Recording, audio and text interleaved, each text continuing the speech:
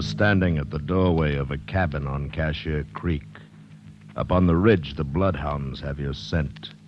And between you and a fortune, between you and escape, yawn the white jaws of a deadly cottonmouth.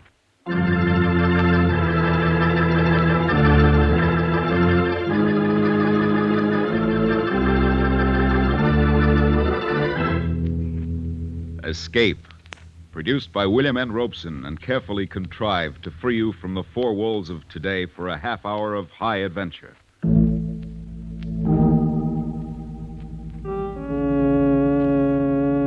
Tonight we escape to the worn-out acres of a poor white trash farmer somewhere in the southern mountains.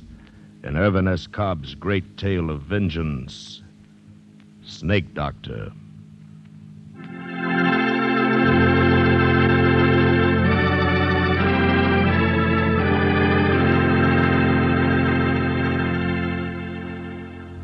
This story is about snakes and two men. One man was afraid of snakes and the other wasn't. The one who wasn't was known along Cashier Creek as Snake Doctor. His cabin was near the creek bottom land where there was a powerful lot of cottonmouths. And he earned his meager living by rendering down their soft fats and bottling the oil and selling it. For everyone knew there was no remedy for rheumatism like snake oil.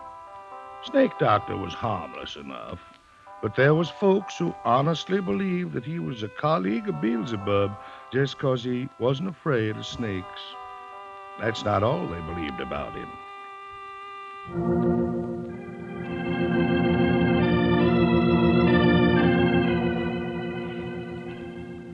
Now, the man who was afraid of snakes was Jafe Morner, who was Snake Doctor's nearest neighbor. Jafe was the kind of man we all know who suspected, feared, and hated anything he didn't understand.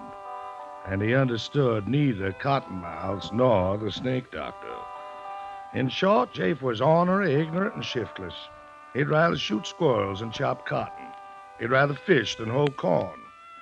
And that's just what he's doing now, fishing, down at the Big Hole with his son and heir, Finney, who's old enough, but not quite bright enough to handle a gun. Missed him, dog. Finney, you blame fool! I told you not. Oh, trump on him before he gets in the creek. What? The cottonmouth. Trump on him in front of you. What are the bombing? Yeah, you got him. Keep your foot on him while I get a stick. You don't need to, son. He's dead.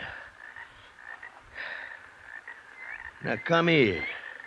Pa, how'd you ever hit anything in that rifle, Pa? I had a bead drawn on him right, You and I darn couldn't... fool! Oh, Pa. Firing off at a blame snake whilst I'm fishing. Heck, you was sunning yourself not more than there to you. How'd you like to get yourself bit? Won't be no fish around here till thunderation after all that racket.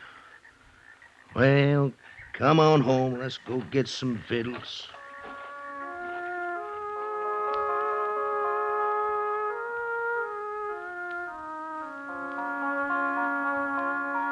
Jafe Morner tossed his bait can into the creek and threw a stick after it. He stood there, watching the stick drift slowly toward the Big Hole, where the creek widened behind a jam of driftwood. Jafe watched as the eddy caught the stick and sucked it beneath the dam. Jafe was curious. He moved downstream a rod or two and waited, watching the water boil up from under the driftwood. But the stick didn't come up. That was strange. Must have caught under there in a tangle of water-soaked and sunken logs. Probably it'd stay there for months. Maybe stay there always. Jafe considered this, and an idea began to form in his slow mind as he and Finney started for home. Hey, Pa. How much oil you reckons in this one, Pa? Pa? What you jawing about? This old cottonmouth. How much oil do you Throw reckon? it down. Throw it down? Why? I'm in the Throw it down like I say. I'll make you wish Pa, I was aiming on rendering the old cottonmouth's fat like the Snake Doctor does and sell and make myself some money. I don't like to squirm at things around me. Yeah, but it's dead. Leave it where it dropped, Finney. Now come on home. You scared of cotton mouse, Pa? I know better than to get myself bit by him. Tip Bailey knowed a fella got himself bit once. He won a drap of liquor for miles. So he goes to work and he cuts open a little old live chicken and puts it on his leg where the bite was, and the fella lived, too. Reckon Mr. Rise ever gets himself bit handling cotton mouse like he does? Who? Mr. Ives. Who? Mr. Ives, the old snake doctor's real name. Ma says I oughtn't call him snake doctor. Never mind what your ma says. Nobody in my family's calling no snake-loving scum Mr. Ives. Heck, that's what I say, Pa. We'll just see what you do. Sure, Pa. You know, I could have made myself some money rendering that cotton mouse fat down into oil. How much you reckon old snake doctor makes out in the oil he sells? I don't know. Tip Bailey says old snake doctor's got more than maybe $1,000 hid away somewhere in his cabin. More than that, most likely. Cussed old miser don't spend nothing. Ain't got nothing save that old rack of bones mare of his. Tip Bailey says whenever old snake doctor sets foot out in his place, he's got the granddaddy of all cotton mouths that he leaves out in the cabin to stand guard on his money. Huh. Yeah, Tip Bailey says that he'd see old snake doctor put 'em in his pocket. Live cotton mouths. Snake doctor ain't fitting to be alive himself. Oh, Ma says he ain't bad. Says he don't mean nobody harm. Your ma better be careful who she's associating with. Well, she says he doesn't have any good sense. Had the fever too much. You ever been in the snake doctor's cabin, Pa? I don't have nothing more than I have to do with that snake-loving hoodoo. Tip Bailey says that he bet it wouldn't be no task at all for some no good to poke around in the snake doctor's shack and find all the money and make off with it.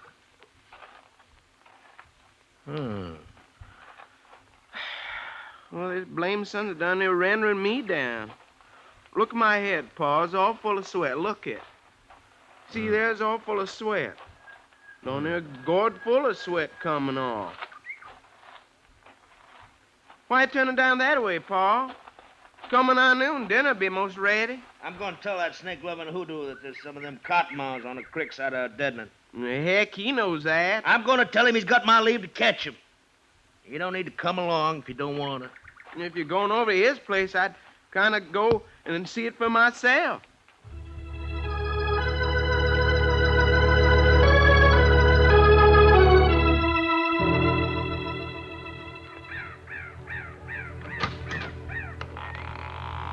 Go on in, Pa.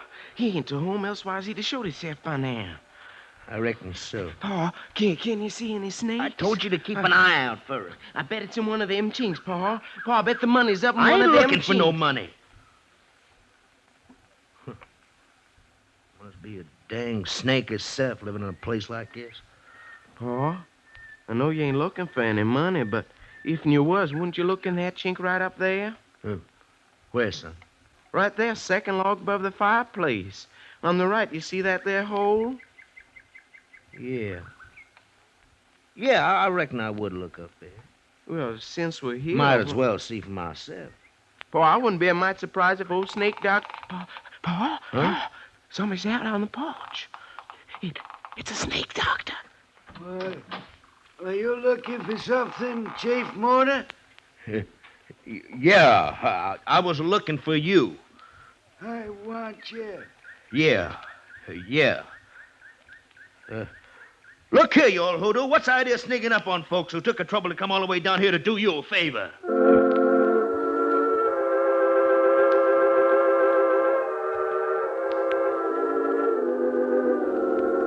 Chief Mourner and his boys slouched out onto 6-acre deadening.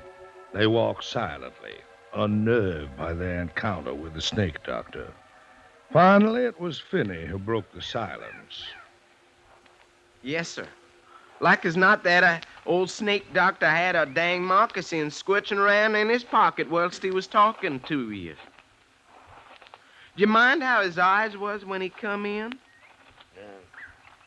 Dang if it wasn't blazing like when you run across a rabbit or a cat in the dark. Scared me out of 10 years' growth, dang if it didn't. And you mind how he kept looking up at the wall where I said I bet he had his money between the chinks? Finney. Hmm? Finney, don't you say nothing to your ma about us being at that snake doctor's place. You understand? Why should I? Just don't. Don't you know, go nigh it again. cuss old varmint. You'd have thought we was prowlers the way he acted. Phyllis, that you out there? Yeah, Ma. Dinner about ready? Your pa with you, son? Yeah. Have I time enough for dinner to go down to the spring and get me some cold water? Well, that's when you stir your tummy again. Hurry up, son. I'm hungry. Catch anything, Jay? How you think I can catch fish with Fenny flying off my gun and cottonmouths all the time? Ain't this heat more than a body can bear? Yeah. Any cooler by the creek? Yeah. Poor old Miss Rives come by here a spell ago. My nigh shook to pieces with the chill. Oh, he come by, did he? Well, did he come in? Just for a minute. Oh, just for a minute, eh? What'd he want? He wanted could I give him something for his ailment. Just about could drag one sour foot for the other. Barely could make it up here from his place. Reckon he must be down in bed with the fever by now. I could tell by the touch was rising in him when he left here and started back home again. I give him a dose out in our butler's acre draft. Would have given him a little smidgen of liquor on Oh, that. you would, huh? Oh, please don't, Jeff. Don't, Jeff. Don't whop me. Just poor old Miss Rives. Mr. Rives! Mr. Rives! How many times I gotta tell you that old hoodoo's name is Snake Doctor? He don't mean nobody no harm. Him that'd skin a louse for its hide and tallow, and you calling him Mr. Rives. You'd be calling him Honey and Sugar Necks without I learn you better. Please, Dave, please. Pet names, huh? Tell by the touch, could you? Well, I aim to learn you. What's his name now? Well, what's your poor Mr. Rives' name now? Nick, Doctor.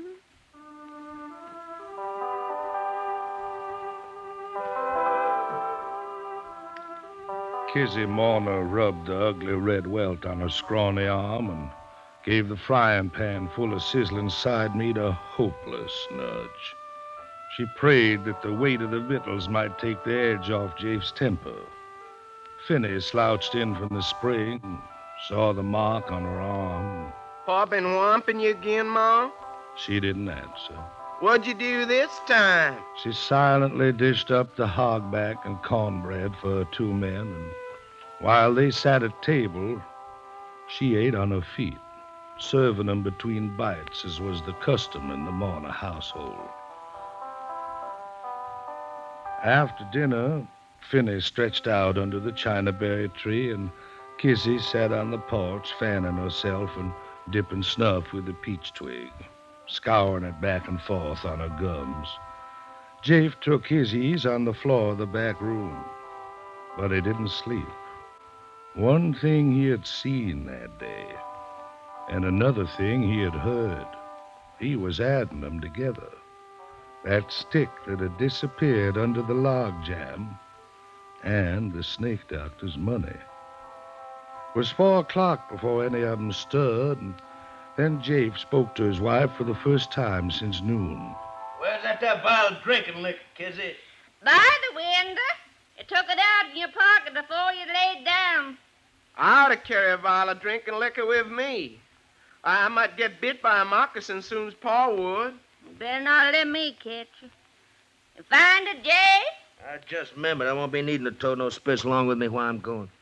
I wouldn't take no chance, Jay. There's one cottonmouth. Cottonmouths is all down the slashes, else along the creek. Where I'll be this evening is up along Bailey's Ridge in the high ground. You fixing to go shooting? Yeah, I aim to gun me a chance of young squirrels between now and dust time. Reckon I'll come along, Pa. You stay in here. Oh, dang it. It'd be steaming in the place when the rain comes down. Pa, you might be needing me in case... You stay here. Oh, Pa. Kizzy set up a snack of cold supper on the shelf. Likely I won't get back till it's plumb dark.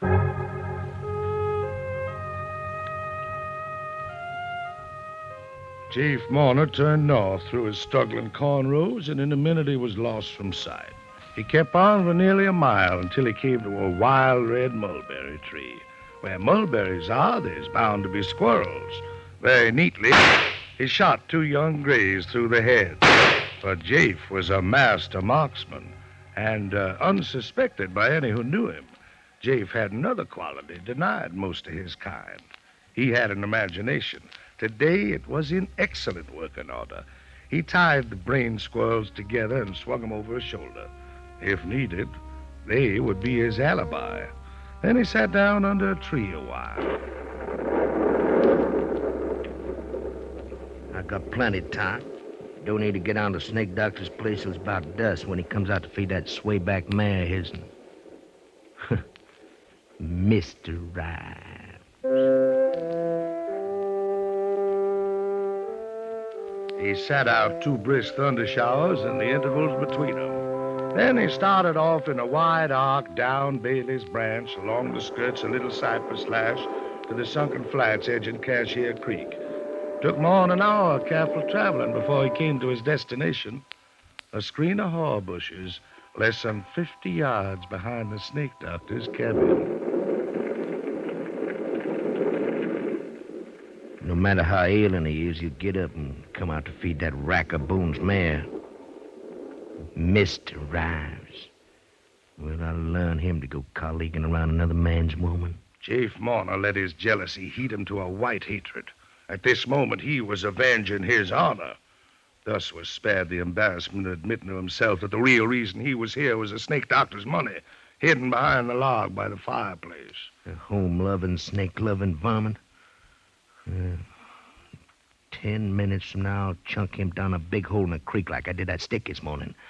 He'd go down and never come out. Nobody'll miss him. Nobody'll know he's gone for leastwise a week, maybe a month. Maybe if I get around to it, I might come back this way someday. Poke around that cabin of his. Jafe Morner's speculations were cut short. The cabin door opened and a figure stepped out into the growing dusk and walked toward the stable. He saw the Snake Doctor's loppy old straw hat and his dark coat drawn over a pair of hunched, narrow shoulders. At this distance, he couldn't miss. And he didn't. The figure jerked backwards and then went face forward. Jafe started for him, and then he stopped. His eyes bugged. His mouth formed a scream that he couldn't utter. His rifle dropped to the ground.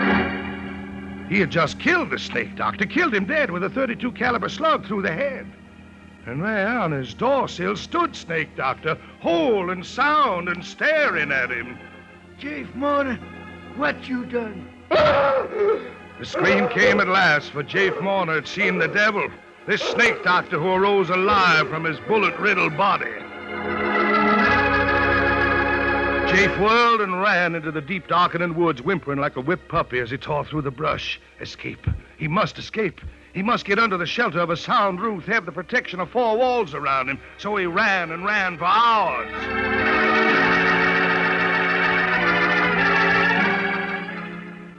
It was close to midnight when he came out on a dirt road a short distance southeast of his deadening. Beyond the next bend, he'd be in sight of home. Then he stopped. Around the bend, coming toward him, was a joggling light, a lantern hanging on a buggy. Jake flattened himself in a clump of brush to hide until the traveler passed. And then, just as the rig was opposite him, he heard a call coming from the other direction. There. Who's he jogging? Whoa there, steady, it's me, it's Davis Ware. Is that you, Tip fella? Yep. Woofing it out from the junction, tolerable tired if anybody should ask you. What brings you out this time of night, Davy? Somebody sick? Sick? Nothing. There's been hella popping in these here bottoms tonight. Steady, boy. Steady. Now, what you mean? A killing, that's what I mean. A dirty, cold-blooded killing if there ever was one. Don't say. Who's got a kill? Well, I'm a-fixing to tell you now. Steady, move. It happened just around dusk time at old Snake Doctor's place. Yeah? Was Tim was killed? Now, just give me time. Uh-huh. Seems like Snake Doctor's been a-killing lately. He's pretty bad off today. Yesterday. Uh-huh. So, along about 5 o'clock, when the rain was a-lulling a little bit, Miss Kizzy Morner, she fuddled it down from her place to his and fetching some physic with her and played a hot bit. Miss Morner's a mighty thoughty one for doing things for Don't folk. you want to hear this? Go ahead. Well, it seems like she wasn't afeard of the Snake Doctor's place. Well, I'd have been. I'll own to that. Well, pretty soon after she got there, seems like he tried to get up out of his bed and go feed that old crow-bait nag of his. Yeah? Rain had started in again, but then just pouring down hard, so she made him stay where he was at, and she put on his old hat and throwed on his old coat around her to keep off the worst of the wet. And then she started out the back door to do the feeding herself. Yeah. And no more'n she got outside, and a shot come from the edge of the wood, and down she went with a bullet through her brain. Killed her? Dead on a dog. But who done it? That low-flung husband of hers done it. That's who done it. He must have followed her down to Snake Doctor's and just laid in wait for her. Certain 'twas him then, huh? Why, sure thing. Snake Doctor jumped up when he heard the shot, and he catched a quick look at Jafe over the fence. Yeah? Oh, and there was a long streak on his arm where he must have whooped her at during the day. Well, hangs sight too good. Catch him? No, but they will. Some thinks that he made for the slashes and hid out there. Tracks led old fat away. Oh, they'd be a line of men throwed all the way around Little Cypress before sunup. Sheriff got there yet? No, but he's due any minute with his pack of dogs. They telephoned in from Gallup Mills that he's on his way. Good. Trail ought to lay good, too, the ground being damp like it is. Old Snake Doctor, he's crying on and raving around up at Mourner's place saying the Lord's going to strike the murder down his tracks. But I'm putting my main dependence on them there bloodhounds. On them first, and then maybe on a stout plow line and a limb of a tree. Yeah, it's more certain. Yeah, I'm just putting out from my place to fetch my oldest boy. I wouldn't want him to miss a lynching. Oh, he's a good-sized crowd up there already. Well, I'll go up and join him. I got a pistol here on my hip pocket. No. Oh, Miss Mourner, she's always a good-hearted, hard-working Kizzy. woman. She's dead. I shot Kizzy. Did you hear something just then? Can't say they're dead. Probably a rabbit breaking through the brass. Hey, listen. Yeah. Oh, a sheriff's coming. You can hear them hounds of his, and I got to hurry. Get up there, Biffy. I'll see you back in the morning. Oh, you sure will.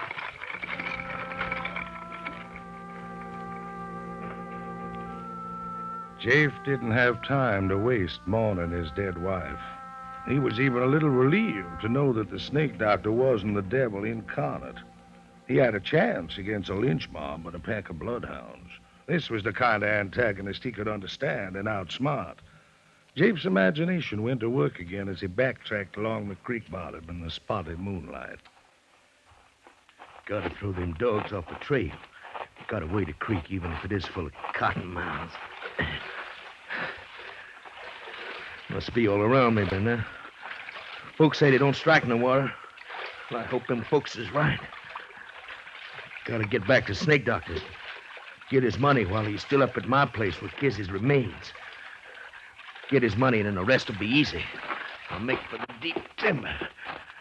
Cross country to the river. Make it by tomorrow sundown. Hire me a shanty boater to ferry me to the Arkansas side. Get me a haircut and catch a train for somewhere else. But gotta get Snake Doctor's money first.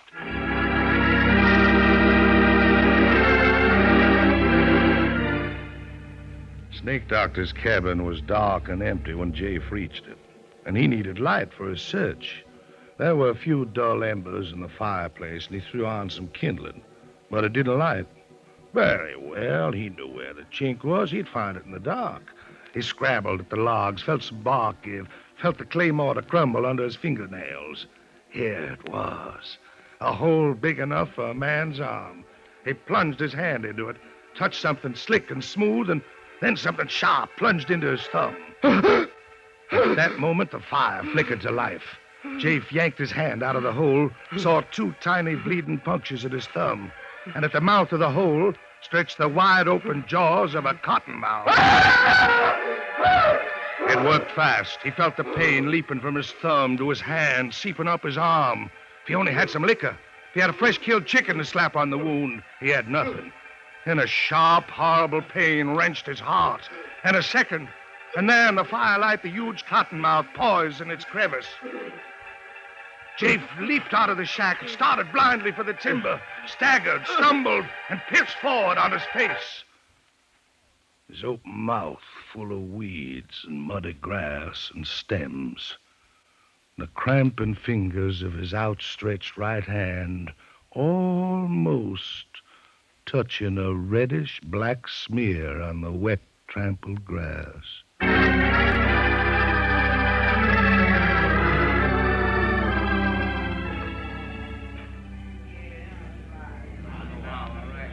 Good riddance, Bob Gravy. It's good riddance. I'd call it that, wouldn't you, Dr. Bradshaw? Well, I reckon there's sort of a rough justice in the way he died. Look, his hand reaching out just about touches the blood where his woman fell. This has been quite a night, Davis. I just examined the body of a man who appears to have been killed by snake bite. Good and quick, too, judging by the evidence. Well, Doc, ain't that the way a cottonmouth always does kill a man, sudden like? I've always heard tell. Never mind what you heard. I'm going by the facts. I've been practicing medicine in this county for going on to 46 years. And I tell you that in all my life, I've never known but 2 or 3 people actually being bitten by water moccasins. And until tonight, I never had personal knowledge of anybody dying from the bite of any kind of a snake. Hey, what's going on over there, Doc? That Mourner boy kicking up that fuss? Yeah, he's a no good just like his phone. Hey, what's your trouble, Tip? Finny here's went out in his head. I'm gonna kill the snake that bit in my pond. And then I'm gonna give that snake doctor a whooping for keeping a reptile in his place. Your pa got just what is his due, Finny. The snake doctor ain't to blame none. He's a hoodoo devil. Now, look here, boy. Mr. Rives promised all his savings, nearly $100 to pay for burying your mother decent. That's how much he thought of her. Now go on home, behave yourself. Now, go on, Finny. Ain't no reason for you hanging Somebody out ought to kill that reptile that bit my paw, and I'm gonna do it. Hey, Doc, just a minute ago you started to say something about snake bite not to killing. Well, how you account for Jafe here?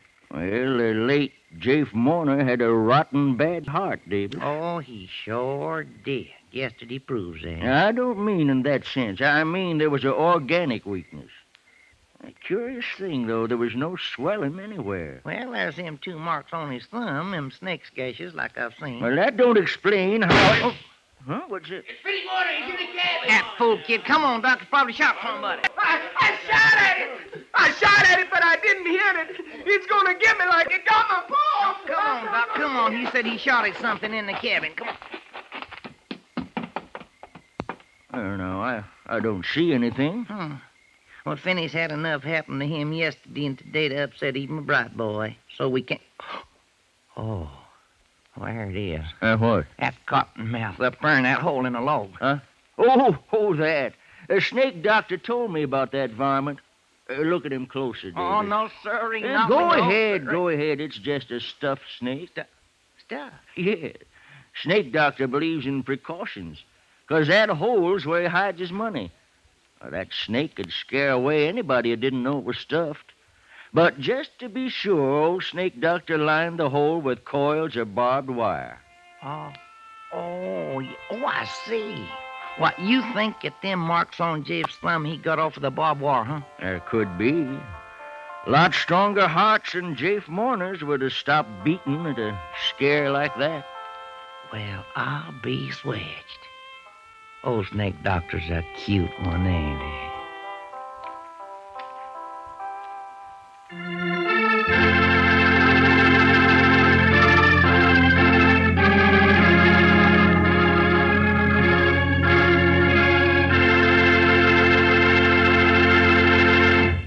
Escape, produced by William N. Robeson and directed by Norman MacDonald, today brought you Snake Doctor by Irvin S. Cobb, adapted for radio by Fred Howard, with Bill Conrad as Jafe, Paul Frees as Finney, Ruth Parrott as Kizzy, Barton Yarver as Davis, Louis Van Ruten played Snake Doctor and Tip Bailey, while Fred Howard was the doctor.